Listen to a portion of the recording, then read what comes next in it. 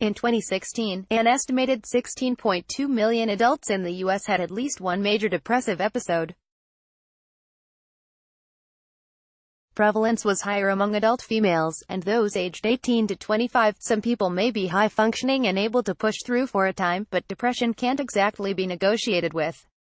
If your mental well-being is at odds with your ability to work, you may feel stuck on what to do, tell a boss, or keep quiet. In a tweet that went viral, one person advised telling HR immediately, as a protective measure. More, one-third of adults in U.S. taking drugs that may cause depression. Study finds more Americans suffer major depression. Blue Cross Blue Shield data finds it's considered a disability and you can sue if you're sick, fired for showing any signs of depression, fatigue, hopelessness, etc., they wrote. Companies lose these lawsuits and will not fire you. Tip: if you're seeing a therapist, it's considered a disability. Companies lose these lawsuits. Disclosing mental illness to an employer is a tough call. You may get the support you need, but you might later worry about being treated differently by colleagues or looked over for bigger opportunities. While it is true that the Americans with Disabilities Act affords workers some protections against discrimination, the ADA is hardly as strong as Captain America's shield. If someone chooses to disclose a disability, something that is not obligatory, they may have grounds to sue in the event of discrimination, but there are subtler ways to be penalized. Depression isn't automatically considered a disability, as the author of the tweet suggested, nor are all signs of depression ones that employers must accommodate. So, before you rush to tell a manager or human resources, let's look into these questions first. Teenager with depression sitting alone in dark room. Photo, Getty Images. Is depression considered a disability under the ADA? To be honest, it depends. Conditions that involve some type of depression are often characterized as mood disorders, says Beth Loy, Ph.D., principal consultant at the Job Accommodation Network, Jan. Those conditions can include depression, major depressive disorder, bipolar disorder, PTSD, schizophrenia, and personality disorder, and they may be covered by the ADA if the person meets the definition of disability. More, if you deal with depression, safeguard your finances and credit with these tips. And does depression constitute a disability? For a disability to trigger the protections of the ADA, it needs to affect a major life activity, says Elizabeth Chen, a senior staff attorney with A Better Balance. The ADA Amendments Act, ADAAA, has published a non-exhaustive list of those activities, which include caring for oneself, performing manual tasks, eating, sleeping, concentrating, communicating, and working. It's important to remember, though, that depression doesn't always trigger those limitations for all people, Chen says. Plus, documentation will likely be needed, medical proof diagnosing that there is an impairment and a record of its existence. In other cases, depression may be tied to a life event that can be overlooked by the ADA. Employers often miss the implications of the ADA when it comes to prenatal and postpartum depression, assuming only that the FMLA applies, without looking to the protections of the ADA, Chan explains. Data from Blue Cross Blue Shield said the number of diagnoses for major depression have increased. Photo, Getty Images, iStock photo. Do you have to receive a diagnosis from a medical professional and provide documentation to show that you have been a condition, or can you just state that you're seeing a therapist for depression? Again, disclosing a disability is not required, but you may have to do so if you are asking an employer to provide accommodations. An employer can ask for documentation of medical conditions, especially if the disability is not immediately obvious, Chen says.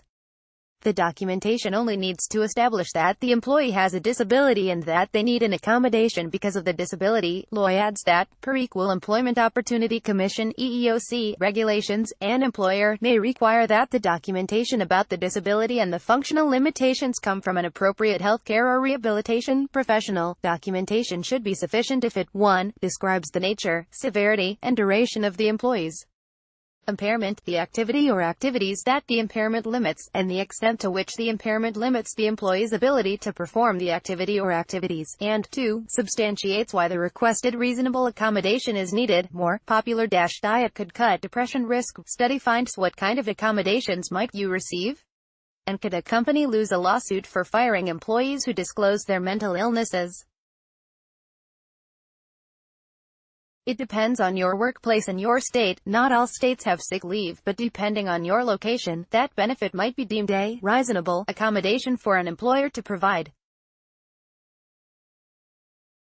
Chen says time off might also be deemed reasonable accommodation under the ADA, but it's particularly crucial to know about the context of some companies' absence control policies when workers are automatically given disciplinary points for missing work last year, and at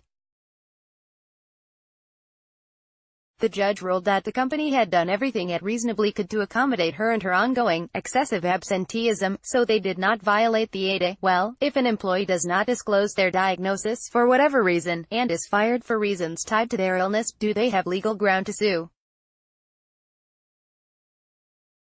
Probably not. It is true that the law does not protect a worker who does not disclose a disability, and where the employer is otherwise unaware of it. Chen says, photo, Getty Images, can you be fired after disclosing your mental illness and asking for accommodations? Under the law, workers with disabilities must be able to perform the essential functions of their job, with or without reasonable accommodation. Chen says if an employee discloses a diagnosis of depression because their symptoms are getting in the way of doing their work, it should trigger what is called the interactive process, whereby an employer and an employee work together informally to find some kind of accommodation that works for both parties, as long as the accommodation doesn't cause an undue burden to the employer, is too expensive, would disrupt the workplace in a way that impedes work from being done, etc., it should be provided. But there is no formula or standard that defines undue, and not every accommodation needs to be granted, Chen says, just ones that are deemed reasonable under EEOC guidelines.